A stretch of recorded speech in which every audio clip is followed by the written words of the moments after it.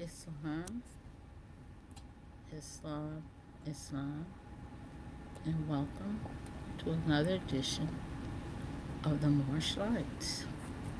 And of course, we will begin with prayer.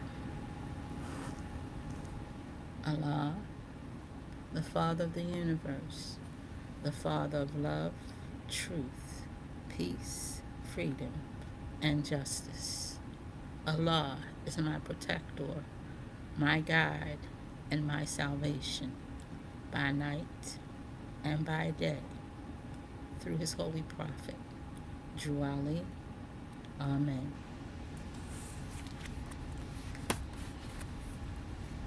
And sometimes we take that prayer a little for granted. Sometimes it's just something that we actually say out of habit. But I'm going to say it again, but I'm going to say it to put a little more emphasis on how important this prayer is. It says Allah, one, is the Father of the universe. Allah is the Father of love. Allah is the Father of truth. Allah is the Father of peace. Allah is the Father of freedom. And Allah is the Father of justice. It says Allah is my protector. Allah is my guide. Allah is my salvation. Because sometimes we just say it without thought. So I wanted to put some emphasis on that so that when we say these, we just don't just say it. Just understand that the whole time we're doing this prayer, we're talking to the great God Allah. And we're recognizing that we know him through his holy prophet, Drew Ali. Amen. So I just thought that would be, that explanation was necessary. Because too often we take things so for granted. You say things so many times, you just forget. But anyway, let's start our program. And I'm glad to be back. I am feeling almost to myself, but I'm working on it. And I must say Allah's will has been done. My granddaughter passed last week. And going through that right now, but Allah is the best of planners. So Islam, Islam, Islam, and welcome to another edition of the Moorish Light, where the revolution is a podcast. We begin by giving praises to the Almighty God, Allah, the causeless cause, and the rootless root from which all things have come. We give honor to the last prophet in this dispensation, Prophet Noble Drew Ali, in the first, second, and third form. I give honor to Grand Sheikh John Givenzeal, who laid and built upon the foundation laid by our founder. And I give a special honor to my teacher, Grand Sheikh Richardson Dingle Eel, Noble Drew Ali III, who raised me from that foundation, as well as to Timothy Dingle Eel, Prophet Noble Drew Ali, modern day Moses and Aaron, God, man, and prophet. I also give honor to Marcus Messiah Garvey, the forerunner, the great emancipator Abraham Lincoln. Honors to Supreme Grand Sheikh Prather Eel, Supreme Grand Sheikh Louise Dingle Eel, Honorary Supreme Grand Sheikh Thornhill and Sheikh Thornhill, and our current Grand Sheikh, State Grand Sheikh, Tiffany Jones Beck, who's also the Grand Sheikh at our temple at 1055 North Milton Avenue. And once again, Islam, and welcome to the Moorish Light, the Soul School. So you done stepped up in your education, in your Moorish education. Shining light, clearing up the confusion, and teaching the basic facts. Our objective is unity and manifesting the ultimate goal of the Moorish movement. We are not going to dispute Charters, who is the Supreme Grand Sheikh. We are here to establish a basic foundation of the Moorish movement in love and understanding. And since this is Moorish light, it is only appropriate that we define light. Spiritually, light symbolizes knowledge, truth, divine presence, hope, guidance, and purity, representing awareness in the path away from spiritual darkness, ignorance, and sin, towards enlightenment, goodness, and union with the divine, appearing across cultures as Allah's creation, inner wisdom, or guiding force for humanity. It signifies wisdom, life, revelation, and the illumination of the spirit within.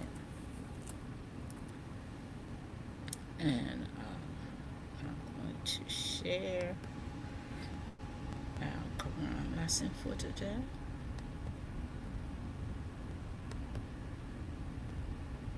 And we're going to look at, this is Surah 2, Ayat 2. It says, "This is the book, and it is guidance, sure, without doubt, to those who fear Allah." Taqwa, the verbs and nouns connected with the root signify one, the fear of Allah, which according to the writer of Proverbs, chapter 1, verse 7, in the Old Testament, is the beginning of wisdom. 2, restraint, or guarding one's tongue, hand, and heart from evil.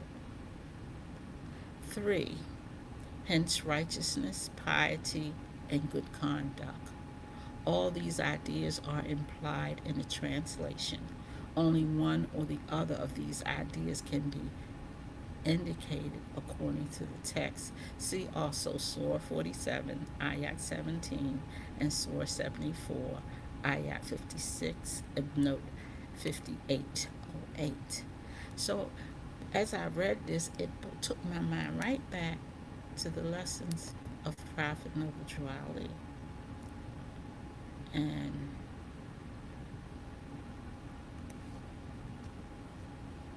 I want to read from what is Islam.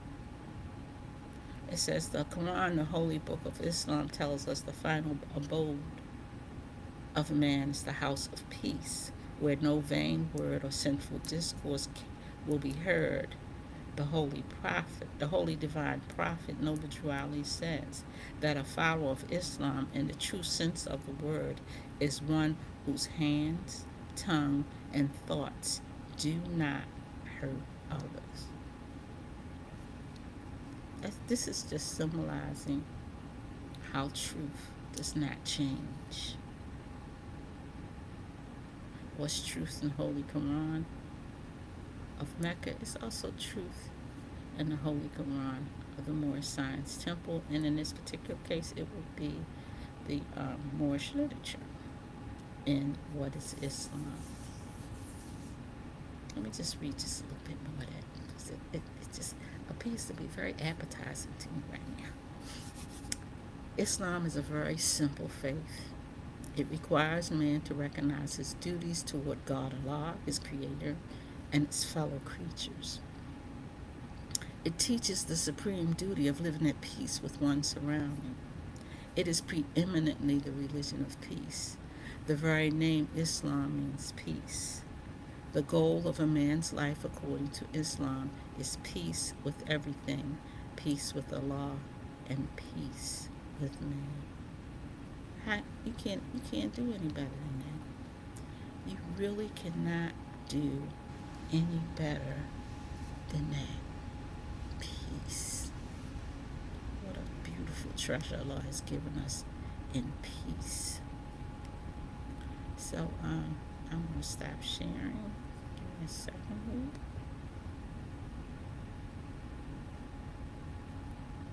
here. And look and see.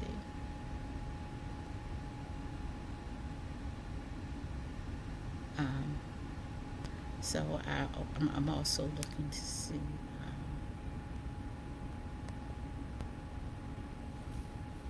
who's in the studio and who's not.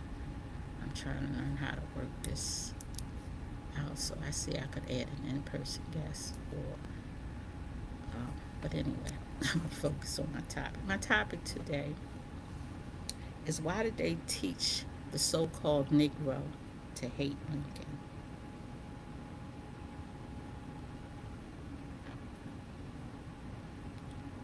And it all began, and I mean, our historians have taken this thing to a whole new level. So, in order for us to really get a gist of how we got here, I'm gonna go to a letter, um, and I'm gonna ask you to bear with me while I gather that letter together. No, before I do that, I don't think I want to do that yet. I think that I'm going, not that I think, I know that I'm going to the relationship, share the relationship of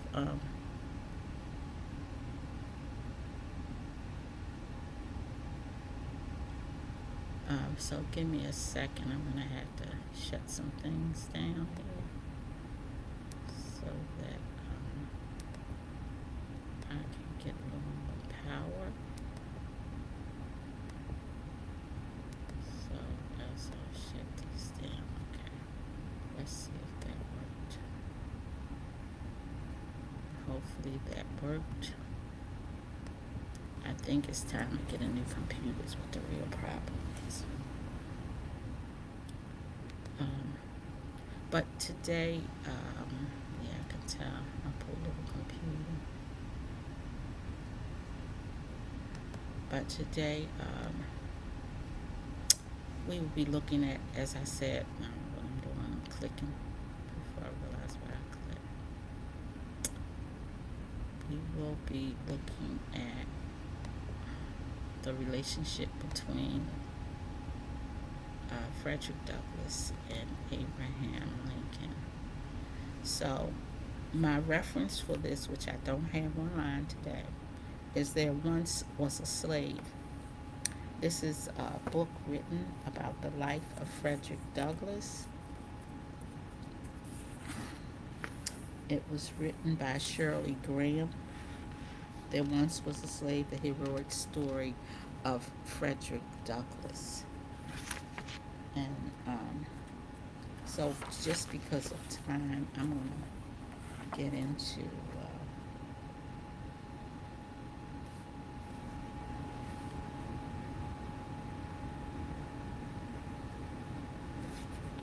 so a lot of people don't know that Frederick Douglass campaigned for Lincoln. So let's get to the reading. Um,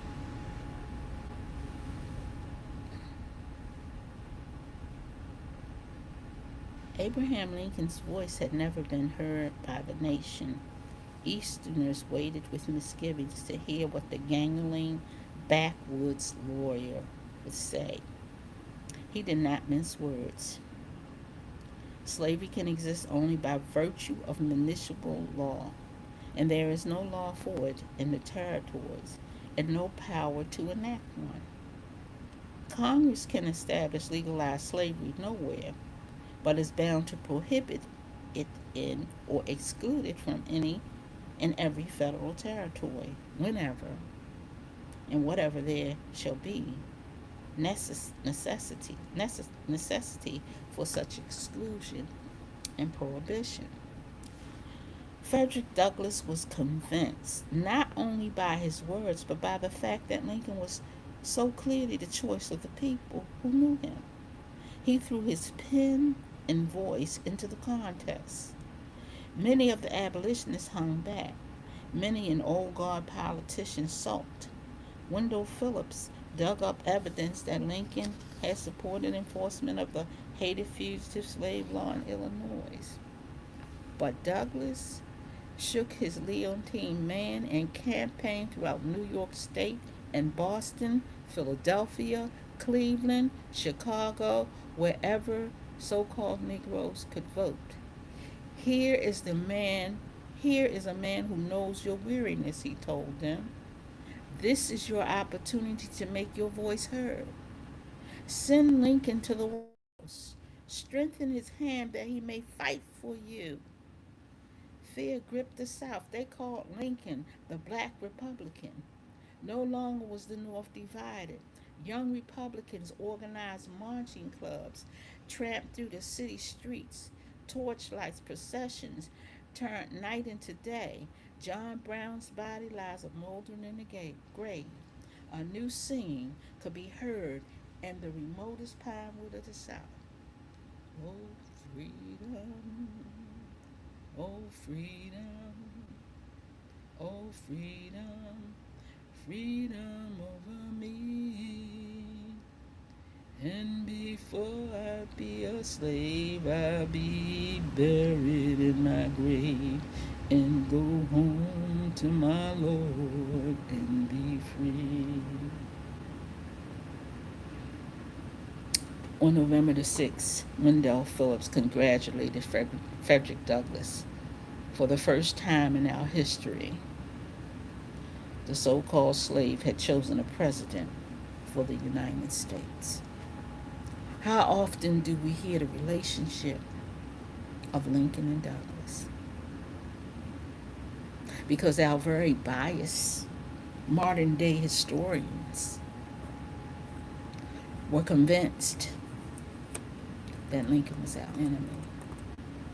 And they used media to accomplish this goal. But here we see Frederick Douglass campaigned for Lincoln, helped to get Lincoln to the White House. And Garrison and Douglas decided to attend the inauguration. I want to show you the White House, Douglas. You must see the Capitol to which you have sent Lincoln.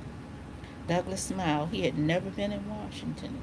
He was glad they were together again.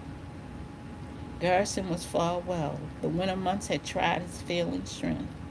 After electing Lincoln, the North drew back in a large part, disclaiming all participation in the insult to their sister states in the South.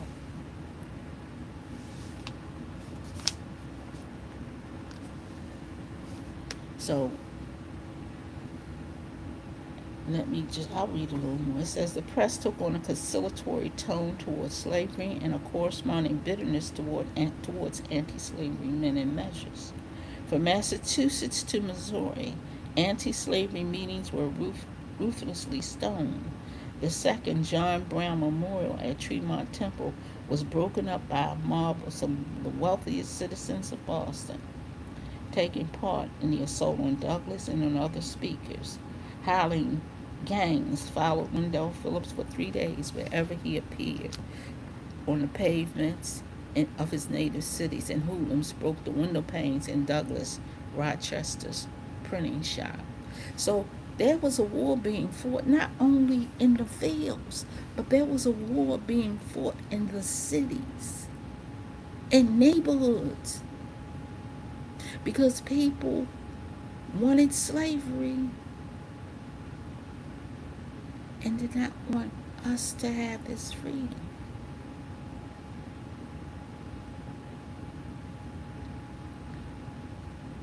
So these things weighed heavily in Garrison's spirit. For a while, he had been uplifted by the belief that moral persuasion was winning over large sections of the country. Now, remember, they're not talking about down south. They're talking about up north. Boston, Boston is up north, right? These cities that they're talking about are up north. There was such a thing as absentee landlords or slaveholders who had plantations in the South but lived north. Because, see, we have this tendency to have this narrow vision that slaveholders only existed in the South. Not true. And it says, and deep in the hollows of the South, behind the lonesome pine trees draped with moss down in the corners of the cotton fields, in the middle of the night the slaves were whispering, and their words rumbled like drums along the ground. Mr. Lincoln is a coming. Praise the Lord. So even down to the very slave had that sense of change is coming. Change is coming.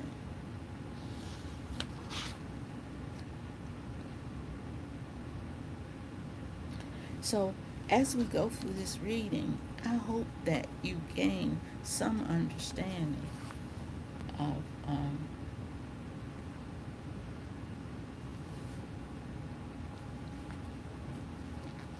Lincoln and Mr. Douglas. So, this is a meeting between Mr. Douglas and Lincoln, and it says 4 million suddenly added to the country's population, Lincoln said earnestly. What can we do, Douglas? Before Douglas could reply, the president leaned forward, his eyes intent. I understand you oppose every suggestion for colonization. This is true, Mr. Lincoln. Colonization is not the answer. Why? The people are not Africans. They know nothing about Africa. Whatever roots they have been destroyed. We were born here in America. The president sighed. I realize our responsibility, Douglas. We cannot set back the clock. We brought your people here. We made them work for us. We owe them for all these years of labor. Wait a minute. Wait a minute. Hold up. But y'all talking reparations. Let me see what Lincoln said again. We cannot set back the clock. We brought your people here. We made them work for us. We owe them for all these years of labor. But the fact remains that they are alien and apart. Can they ever fit into the life of this country? Douglas spoke very gently. This is the only land we know, Mr. Lincoln. We have tilled its fields. We have cleared its forests. We have built roads and bridges. This is our home. We are alien and apart only because we have been forced apart. Then he began to tell President of so-called Negroes who had been living and working in free states. He told of the artisans and the skilled craftsmen of bakers, shoemakers, and clockmakers. He told about school teachers, doctors, so-called Negroes who, after being educated in Europe, had chosen to return. Mr. Lincoln listened with growing amazement.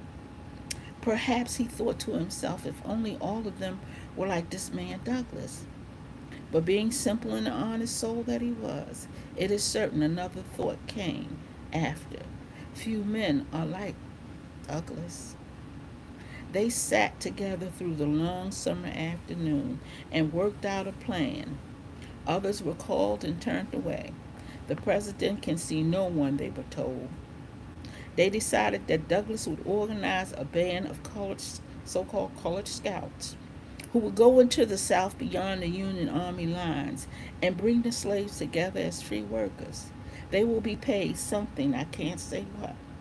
They will come, sir. From time to time, Douglas scribbled a note of instruction for the president's aides. Neither noticed the time. They were only concerned in mapping out a clear course of action.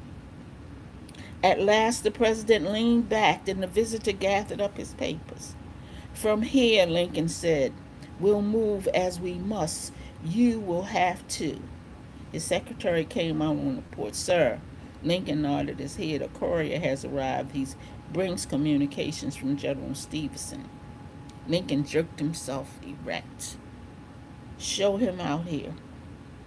There was despair in the way the president pressed the hand against his forehead. It's bad news, he explained. Otherwise, they would have wired. I'll go, Sir. Douglas rose to his feet. Lincoln's tall form lifted itself up. He looked out across the lawn without seeing it. Navy guns had been bombarding Fort Wagner for several days. We're planning to attack surely.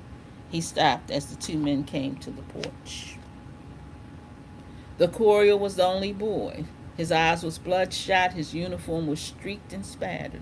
He swayed as he bowed and extended the letter.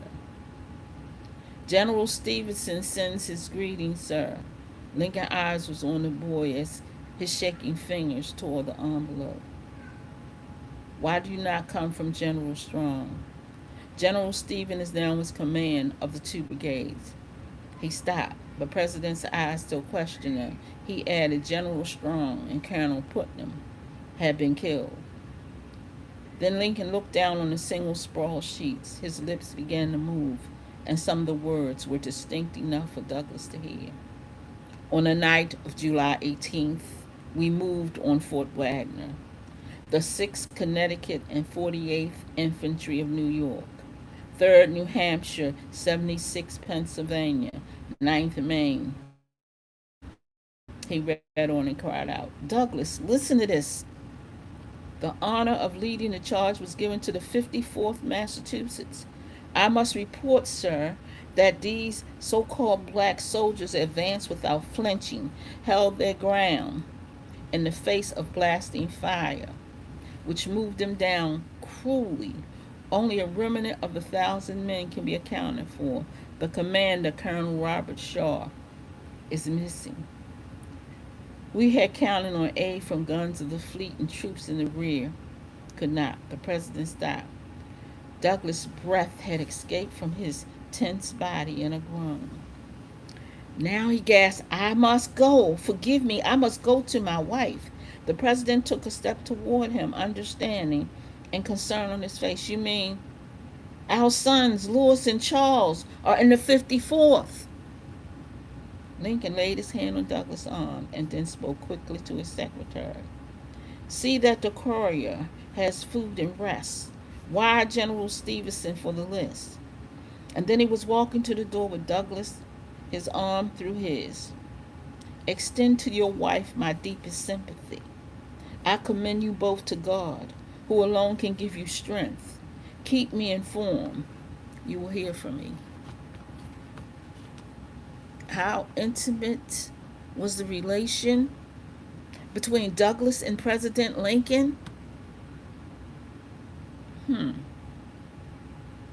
But we try to isolate and build these walls of prejudice and bias because we got reconstructed.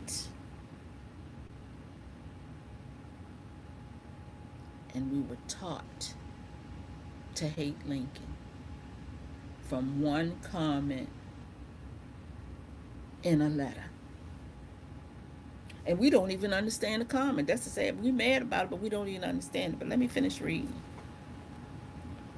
The news of defeat ran ahead of him. Anna was standing in the hall waiting. He took her in his arms, and for a few moments neither spoke. And then she said, there's no word yet. Days passed, and they told themselves that no news was good news. Gradually, names were made public. Horace Greeley, the media man, hailed the 54th Massachusetts as the Black Felix. Newspapers throughout the North said the Negro soldier had proven himself. Southern papers used different words to tell the story, but they verified the fact that it was the so-called black bodies which hastily dug trenches all around Fort Wagner. They had come upon a so-called white boy who was identified as the commander. It was said that the orders had been given, dump him among his niggers. Anna Douglas wrote a letter to Robert Shaw's mother, who lived in Boston. The struggle is now over for your brave son. Take comfort in the thought that he died as he lived, and that he lies with those who loved him so devotedly. And still no word of Charles and Lewis. Douglas did not tell Anna about a letter he had written to Abraham Lincoln. But when the reply came, he showed her the enclosed note, which read, to whom it may concern, the bearer of this, Fredrick Douglass, is known to us as a loyal free man, and is hence entitled to travel unmolested. We trust he will be recognized everywhere as a free man and as a gentleman. Respectfully, A. Lincoln, President. I.K. Ursher, Secretary. August 10th, 1863. Anna lifted her eyes in a question. I'm going to South Carolina. She pressed her hands against her shaking lips. They'll kill you too, she said. He shook his head. Our troops are encamped on the islands in and about Charleston Harbor. The regiments are mixed. There are so many wounded that I can be a real help by straightening out the record. Many homes do not know. And he kissed her. She watched him shave off his beard. She gave him a large box of food. I'll find the boys. His insurance cheered her. He did find them, each one on a different island among the wounded. Charles thought him simply another figment of his feverish dreams. Lois had been trying to get the word out. The news ran along cots and out into the swamps. Fredrick Douglas is here. Their cause was not lost. So I look at my Moorish brothers and sisters who are so quick to adopt the Negro principle of hating Lincoln, not even realizing that he was working with our people to get this job done, that he was working to set us free, not realizing it now. But because they taught you in school all he wanted to do was save the Union. In a letter that he wrote to Mr. Horace Greeley. So let's see if I can. I'm gonna see if I can locate this response, and we're going to.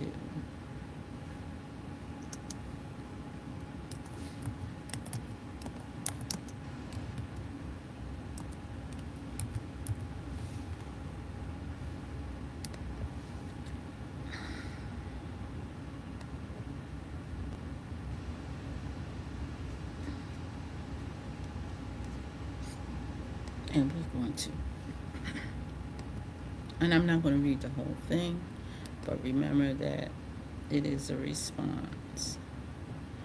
And if it's so ambiguous, until how do you come to the conclusion that, let me share it, I'm sorry. Let me share.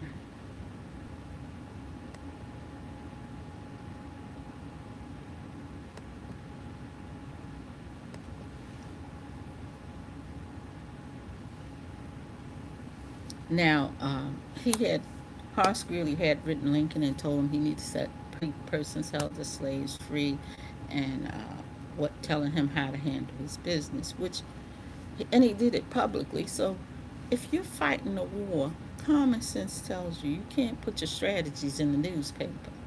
Would that make sense? Some people don't understand that when Lincoln went to the White House, he came with the proclamations. He didn't just develop them while he was sitting there. He came into the White House with the proclamations. So he says, I will save the Union. I will save it the shortest way under the Constitution. The sooner the national authority can be restored, the nearer the Union will be the Union as it was. If there be those who would save the Union unless they could at the same time save slavery, I do not agree with them. If there be those who would save the Union unless they could at the same time destroy slavery, I do not agree with them. My paramount object in this struggle is to save the Union. It is not either to save or to destroy slavery. If I could save the Union without freeing any slave, I would do it. If I could save it with freeing all the slaves, I would do it. If I could save it by freeing some and leaving others alone, I would also do that. What I do about slavery and the colored race, I do because I believe it helps to save the Union. What I forbade because I do not believe it would help to save the Union. I shall do less whenever I shall believe what I'm doing hurts the cause, and I shall do more whenever I shall believe doing more will help the cause. I shall try to correct errors when shown to be errors, and I shall adopt new views as fast as they will appear true views. I hereby state my purpose according to my very official duty, and I intend no modification. My oft expressed personal wish that all men everywhere could be free.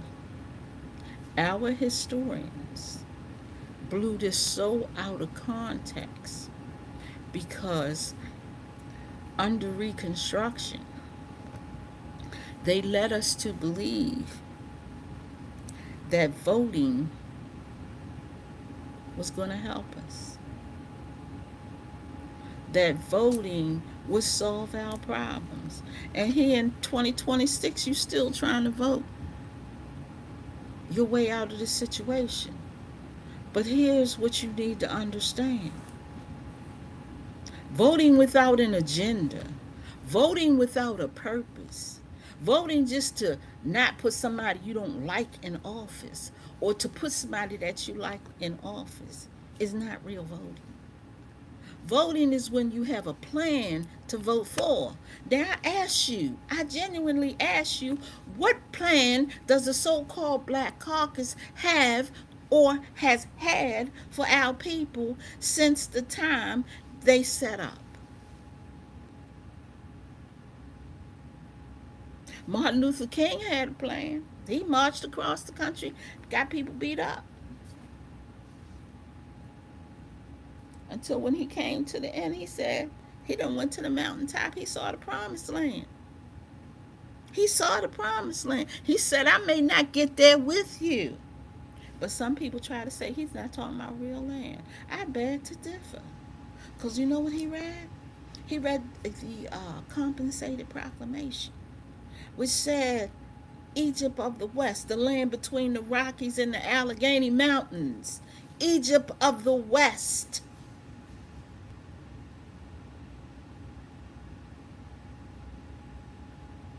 But what y'all talking about? Now, Lincoln's, we got to talk about Lincoln's policies if we're going to talk about why they taught us to hate Lincoln. You'll read, as you read in history, it will say his plan was too slow. Oh, he was too forgiving to the South. Oh, he just didn't want to do this right. Um, but it actually was not, because the commitment to come back into the Union, and maybe I should, while I'm here, let me see that.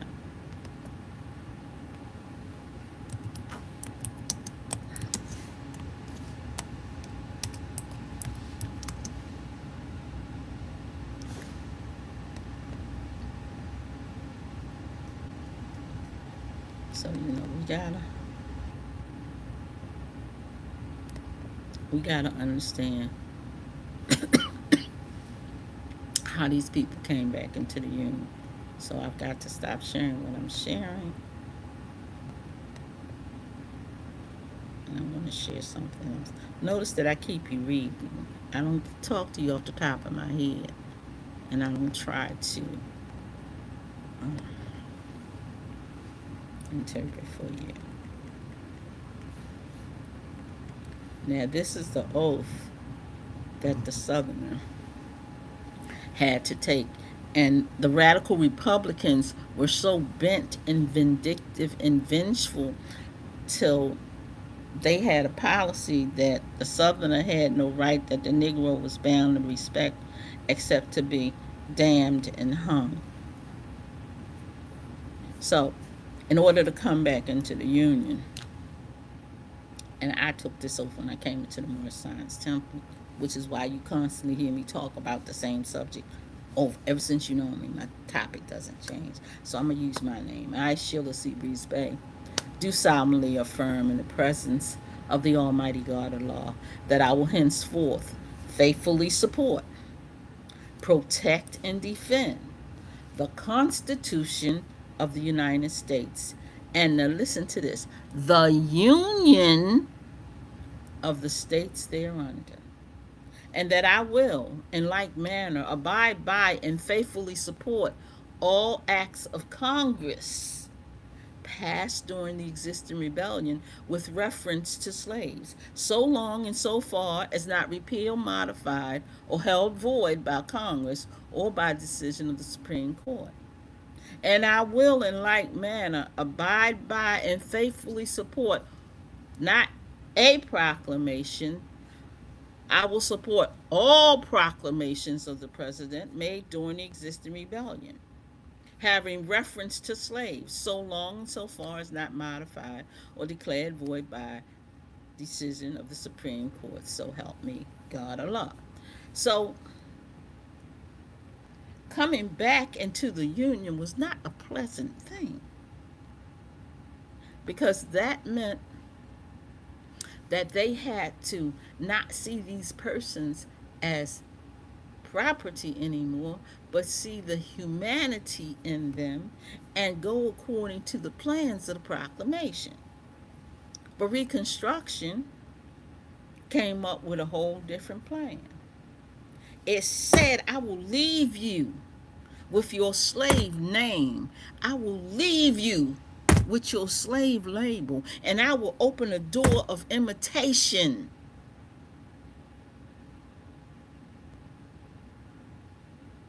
For you to act like me, be like me, talk like me, walk like me. That offers not to everybody, but to those few who are already in that kind of position. You know, you're well educated, the well spoken, who came down to the plantation talking about all y'all need is the right to vote. Man, I just finished picking cotton. Do you think I care about a vote? I just finished plowing the field, and you coming down here talking about a vote? I'm not gonna have enough intelligence to ask, well, what am I voting for? I'm only gonna do what you tell me to do, because that's all I'm used to.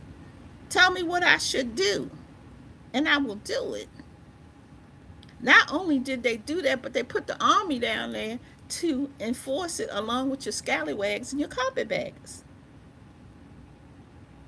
So what did they hide from you? They hid from you that you could make moves for actual freedom.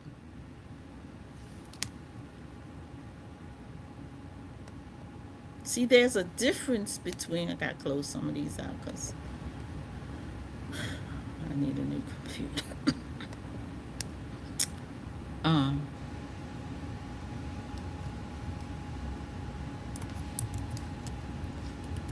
I want to look at this a different way.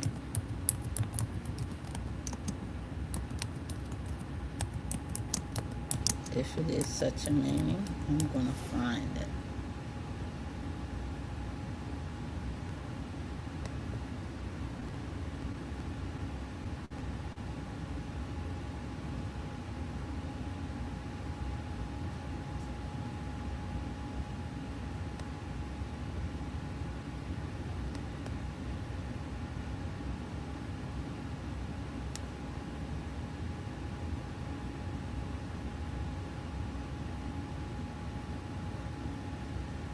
I'm making that at all.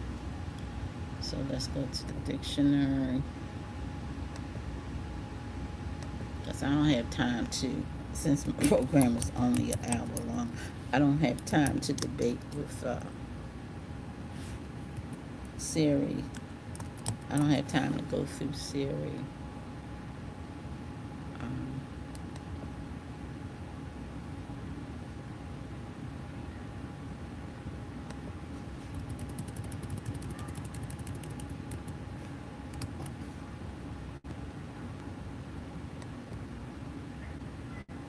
We're going to look up the word actual.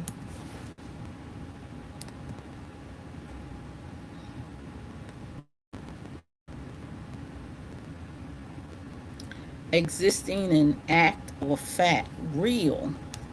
So then if we go to, I'm going to go to September 22nd, because y'all need to understand that all of this goes together.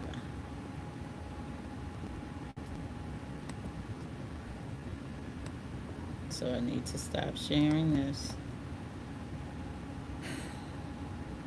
And I need to share.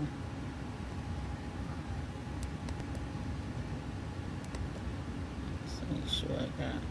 So this kind of summarizes it. I'm going to see if it summarizes it correctly. Because if it don't, I'm going to have to do it myself.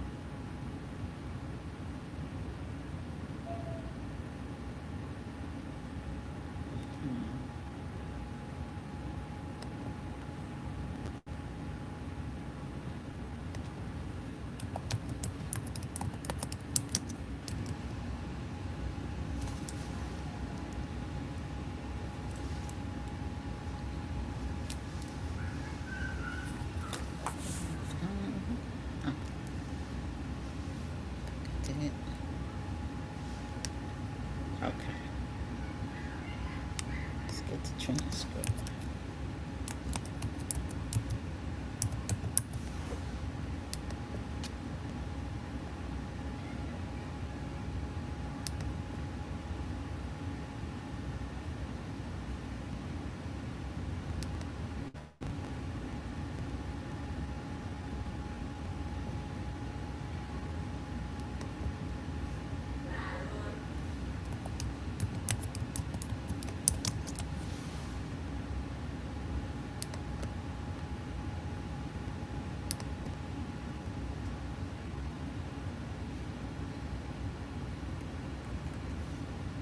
Okay, so let me go back here.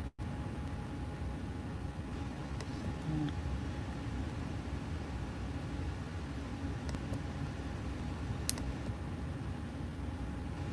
Because a lot of us are so sadly mistaken. So, in the second paragraph, he says that on the next meeting of Congress, he began recommending adoption of a practical measure generating pecuniary aid to the free acceptance or rejection of all slave states. He didn't say states in the South, he said all slave states. It gave the South 100 days to come in. So, in the third paragraph of this proclamation, it says on the first day of January in the year of our Lord 1863, because a lot of you think that that's separate, but it's not. It's a part of the original initial Emancipation Proclamation, third paragraph. All persons held as slaves within a state or designated part of the state, the people whereof shall then be in rebellion against the United States, shall be then thenceforward and forever free.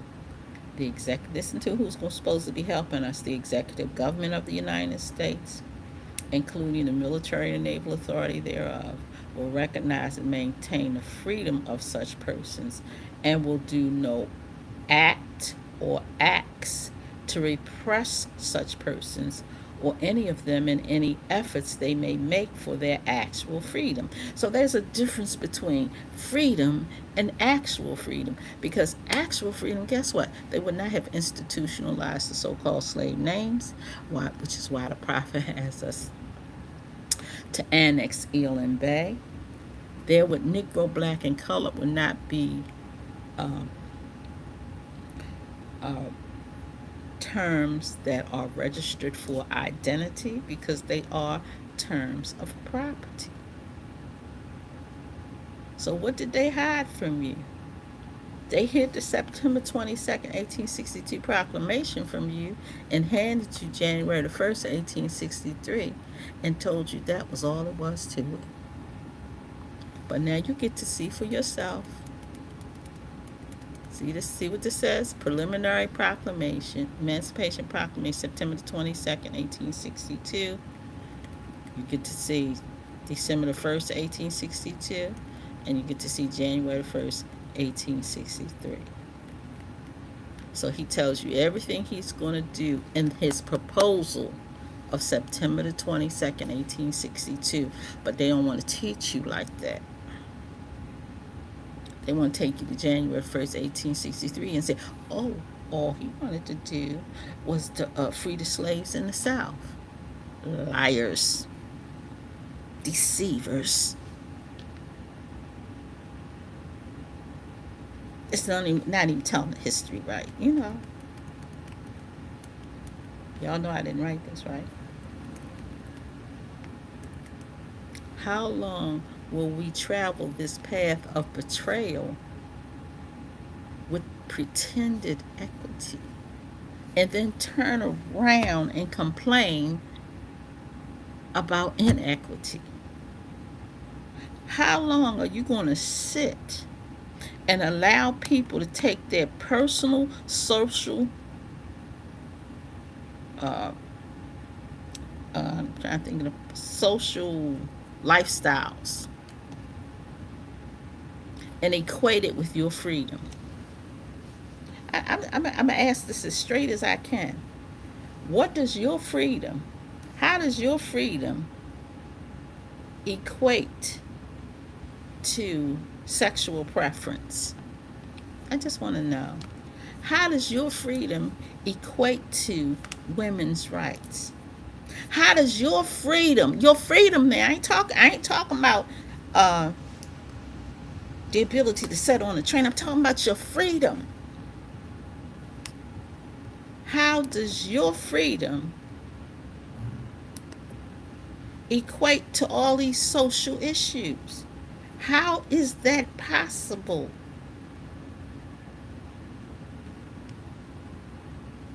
It's nowhere in divine law, because if you go into divine law, it's a contradiction, because divine law does not uphold that kind of actions, occurrence, or however you would like to define them.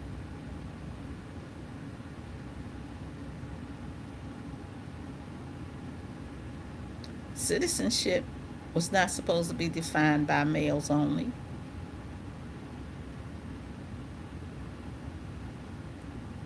And because of time,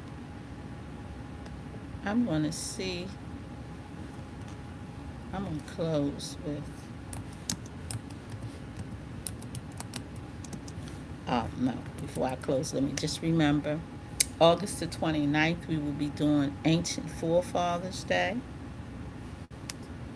I also would like to remind you that my book is now on sale.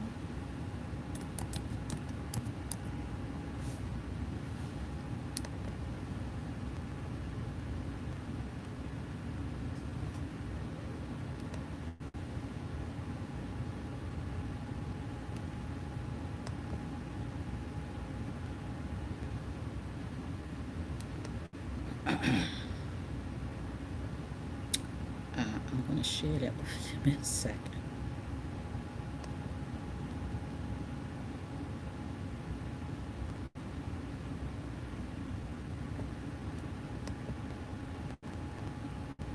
Black is just a color. A Moorish American Experience, Sheila Seabreeze Bay, illustrated by Randy Toons. Very simple book. It's not complicated. Wait a minute, hold up. It's now $20.95. Oh, it was $13.99. Okay. Well, then there's been a price change. Okay.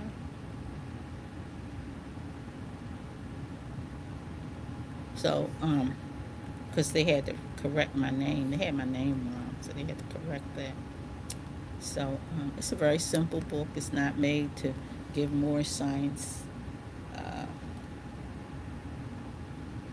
all the aspects of more science, but the simple fact that black is just a color.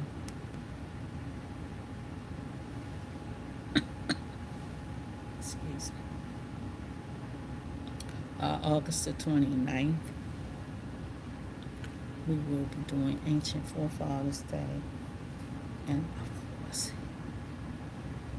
I don't have my phone near me. But I know it's from 1 to 7, and it will be in West Baltimore at the Water Park on Dukeland Street. Please come out and join us. Join me Sunday for Divine and National Instructions. And I changed it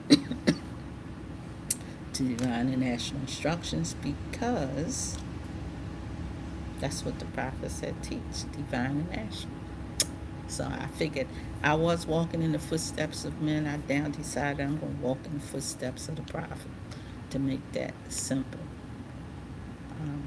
So you can buy my book at Barnes and Noble. You can buy it at Walmart online, and of course at Amazon. And I didn't realize that the price went up. So those who got it early got it for a different price.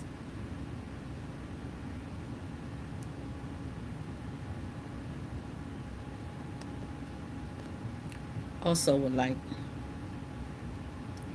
to remind you that actual part of why my program is like it is today is because actual Freedom Day is coming up September the 26th, 2026, where we make our Moorish presence known and heard in Washington, D.C.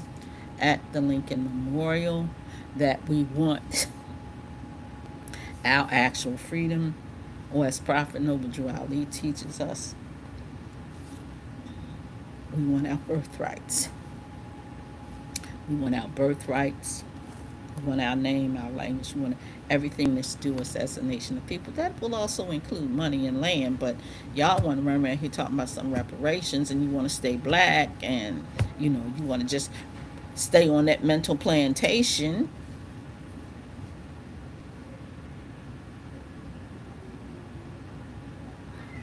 You don't have to do that. There is a divine and national way to solve our problems, and it comes through the teachings of Prophet Noble Drew Ali under the 5 disciplines of divine, national, constitutional, historical, and moral. 5 disciplines in more science. If all somebody is teaching you is spiritual, then you're missing four other components of more science. If all somebody is teaching you is national, you're missing 4 components of more science. So if you're going to learn more science, learn the whole picture of more science. Religion comes under the divine. So religion is definitely a part, but religion is not all of it. We are about change. The change begins with you. The change begins within you, but you are required to learn. You can't. It's no dip and run. You're going to have to sit, and you're going to have to learn. And of course, you're going to learn to love instead of hate. A lot of people, because I talk about not being black, try to say I teach hatred. No, I'm teaching you to learn to love your real self. There's a real self that you got to learn to love. So, of course, I'm running out of time, because I only do this for an hour. Not that I couldn't do it longer, but I teach a class on Sunday. And I also like to invite you out to the Moore Sisters Network Restored, where we specifically deal with sisters in a divine and national way. Because if we aren't sisters, if we aren't prepared divine and nationally, we're not going to get the job done. It's just not going to happen. I bear witness. I've been here long enough to bear witness. I bear witness. We got to step up our game in learning these laws and these lessons. So I think that I have mentioned everything that I need to mention today.